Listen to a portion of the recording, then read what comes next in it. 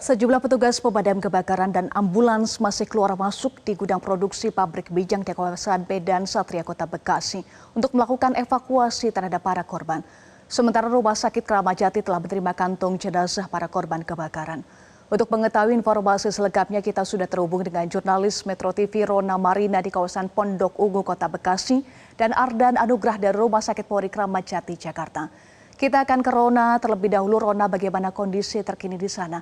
Dan apa kesulitannya dalam olah petugas hingga api belum juga padam, Rona?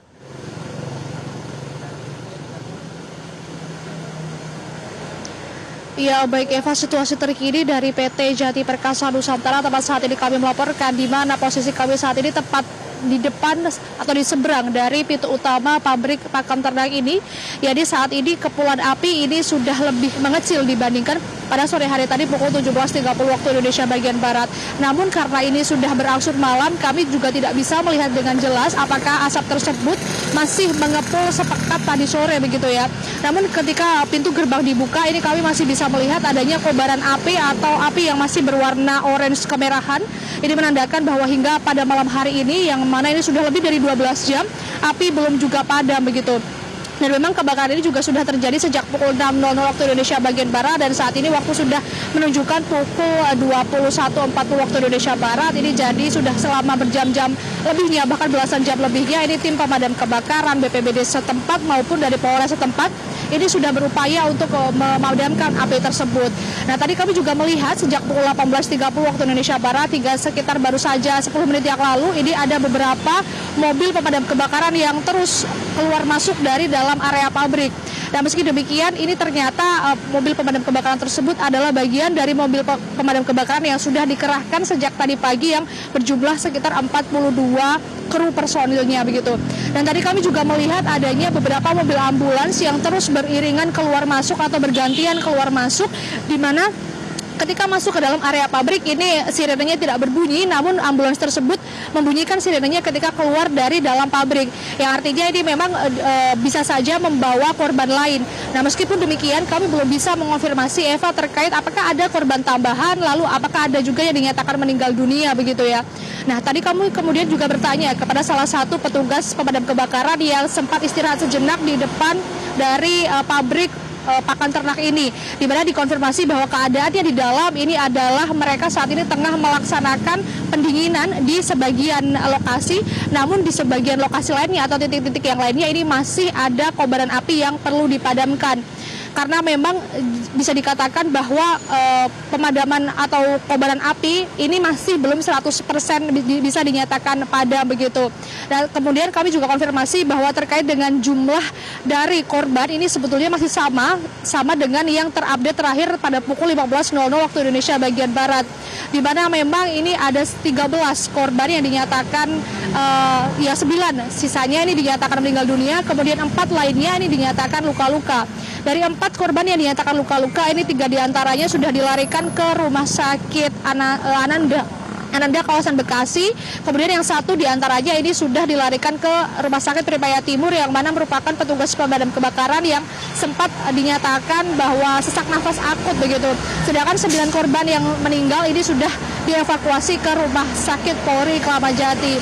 Dan hingga malam hari ini Eva, kami juga masih belum mendapatkan konfirmasi terkait dengan apa penyebab utama dari terjadinya kebakaran sejak tadi pagi yang menimpa pabrik tekstil PT Jati Perkasa Nusantara ini. Karena tadi kami juga melihat ada sekitar 2 hingga 3 tim Inavis ini yang sempat masuk ke area pabrik dan mereka datang sekitar pukul 17.00 waktu Indonesia bagian Barat.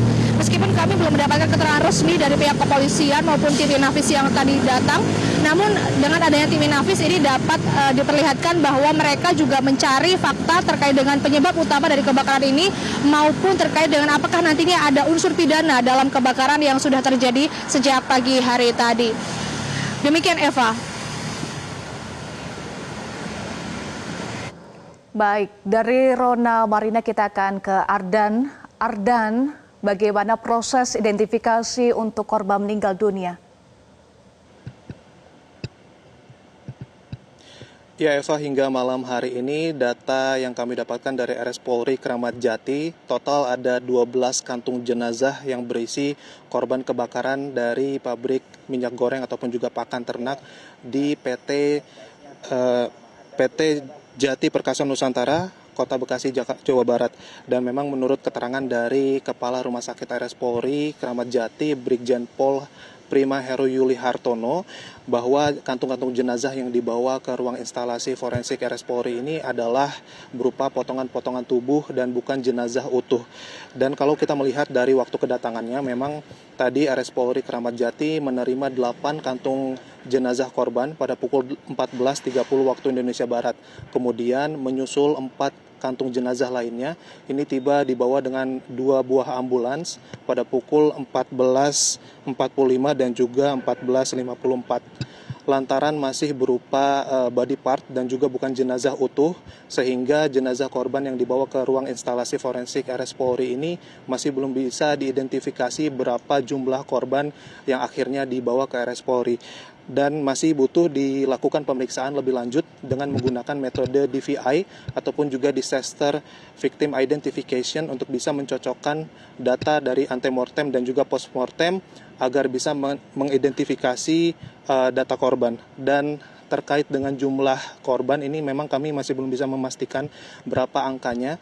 Data terbaru yang kami dapatkan memang angkanya ini sebanyak 9 orang. Namun kami juga mendapatkan informasi terbaru, ada 1 orang korban meninggal dunia lainnya. Namun kami masih harus bisa memastikan angka ini kepada pihak dari Rumah Sakit RS Polri.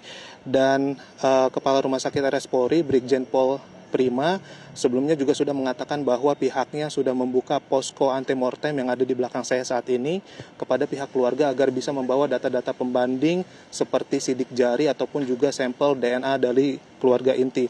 Dan nantinya di posko antemortem ini keluarga bisa membawa data-data untuk bisa dicocokkan dengan data postmortem yang dilakukan oleh tim forensik dari tim yang memeriksa dari jenazah korban. Demikian Eva. Kembali kepada Anda di studio. Baik, terima kasih Ardan Anugrah. Sebelumnya juga ada rekan Roda Marina. Terima kasih teman-teman untuk informasinya. Jelajahi cara baru mendapatkan informasi. Download Metro TV Extend sekarang.